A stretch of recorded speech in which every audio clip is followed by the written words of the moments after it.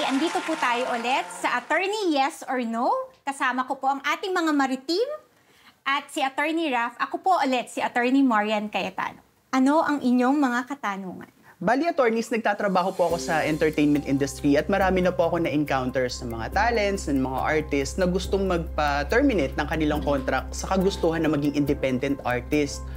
So, madalas ko pong narinig na sinasabi sa kanila is auto-renewal po yung mga contracts nila and discretion po ng agency kung gusto silang i-renew or gusto na po silang pakawalan. So, ang question ko po, is there such thing po ba as auto-renewal and legal po ba yun? Yes or no? Ang sagot ko dyan is no, of course. Depende din kasi sa nakalagay sa auto-renewal. Kung ito'y discretion lang ng kanyang agency, hindi yun pwede. So, void yun. Pero kung discretion nila parehas, parties, pwede yun.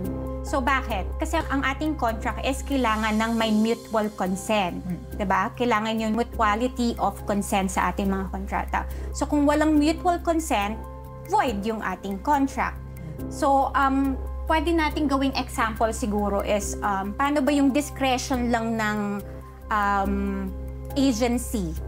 Kunyari, yung nakalagay doon, this contract shall be renewed after 5 years upon discretion of the agency. So, void yun, para malinaw, no? Pero pag sinabi is upon the consent of the parties, pwede yun. Kasi both parties, makakapagbigay sila ng consent.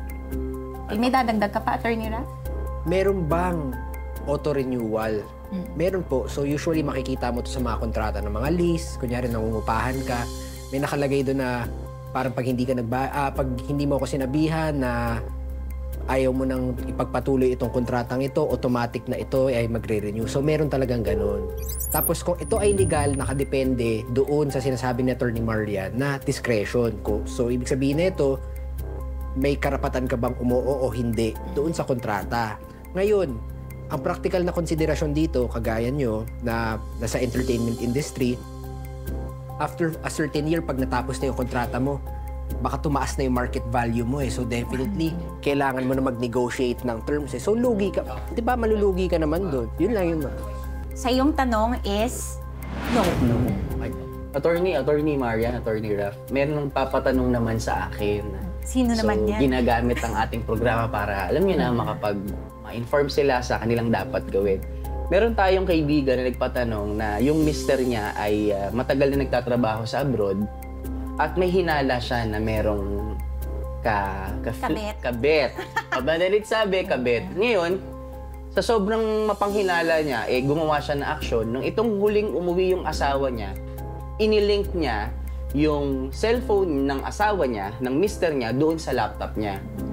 At from then on, nabasa niya lahat ng conversations until nabasa nga niya na yung kabit ay uuwi sa Pilipinas kasama ng asawa niya dahil manganganak na yung kabit.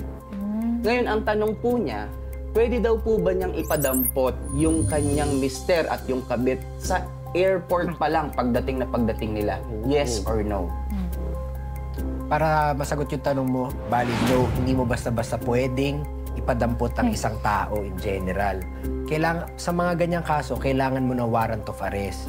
So para lumabas ang isang warrant of arrest, kailangan mag-file ka muna ng kaso at yung piskal o kaya yung korte makahanap ng probable cause. Pag may probable cause na, saka sila mag-i-issue ng warrant. So masagot yung tanong mo, hindi siya basta-basta pwede ipapulot ang isang tao. Ipadampot.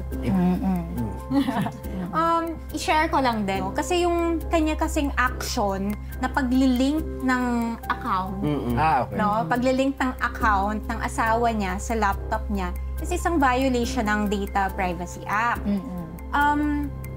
Kasi kahit mag-asawa kayo, syempre, meron ka pa ding karapatan, di ba?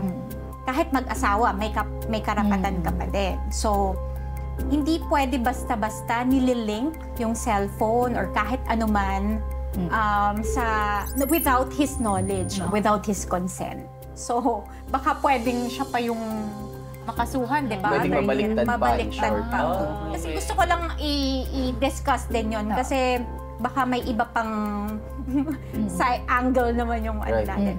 May follow-up question ako. Okay, ano? So, ibig sabihin, kung kunwari may asawa ka tapos nilapag niya yung telepono niya, sinilip mo, may violation na ng privacy doon. Hindi. Kasi di ba nangyayari yun, yung mga mag-asawa, sinisilip, tapos titignan yung mga messages. Alam mo, kaya nga may lock eh. Magkakaroon lang ng violation pag in-unlock mo na nakalock, 'di ba? Pero kung nakalapag lang dyan, nakita mo, wala, hindi mo binuksan, nakita mo lang, wala pang violation yun. So, pag kinuha mo, tapos In-unlock mo, oo. Meron. So, ang kasagutan sa katanungan mo is no. Hindi pwedeng magpadampot basta-basta. Salamat po. Attorney, ako din may tanong. Meron kasi akong kaibigan. 20 years na silang kasal. Meron silang isang anak na meron na rin sariling pamilya. Ngayon, after 20 years, nahuli niya yung asawa niya na may babae. So, naghiwalay sila. After 10 years, yung dalawa, may kanya-kanya na pong mga asawa, kinakasama. Ngayon, parang silang walang anak. Last month, namatay yung lalaki. After nilang maghiwalay, nakapagpundar pa yung lalaki. May habol po ba yung babae sa naipundar ng lalaki sa asawa niya? Eh, wala naman po silang legal separation o yung annulment po. May karapatan po ba siyang maghabol? Yes or no? Yes, may karapatan siyang maghabol. Kasi ang mag-asawa, no, 'di ba? As long as kasal sila, yung kanilang properties is part pa din ng community absolute absolute community of property. Yes, absolute community of property. So as long as walang legal separation o separation of properties na nakafile sa court, yung naipundar nila parehas is part pa din ng kanilang property bilang mag-asawa. So, nung namatay yung kanyang asawa, since kasal pa rin sila, part pa rin yun ng kanilang absolute community of property. Madagdag ko lang, no? Yung sinasabi ni Attorney Marian na absolute community of property, ang ibig sabihin ho nito, lahat ng napundar nyo mag-asawa ay nilalagay nyo sa isang pondo at yun ang pagmamay-ari nyo bilang mag-asawa. Ngayon, ang kailangan nyo malaman dito, ang absolute community of property, pumapasok siya pagka wala kayong kasunduan bago ikinasal. Ibig sabihin nun, wala kayong prenuptial agreement, na nag-agree kayo na etong gamit na to, ito ang hatian natin. Pag walang ganun, pumapasok yung sinasabi ni Attorney Marian. Ngayon, kung meron kayong kasunduan, bago kayo kinasal, yun ang gagana. Yun ang magro-rule ng property relations. So, yun. Thank you, attorneys. Yes. At para po sa inyong mga katanungan, pwede po kayo mag-post or comment sa aming po mga social media accounts. At try po namin sagutin tong mga abogado. So magbabalik po ulit ang Cayetano in Action with Boy Abunda. Cayetano in Action with Boy Abunda would like to thank JC Organic Barley. Live healthy. Choose good life. Ocha Milk Tea. 7, located at B6 Bonifacio High Street, Taguig. And Seymada from La Luna Cafe. Come home to a delicious tradition. We're located at 103 ML Quezon Avenue, Hagonoy, Taguig.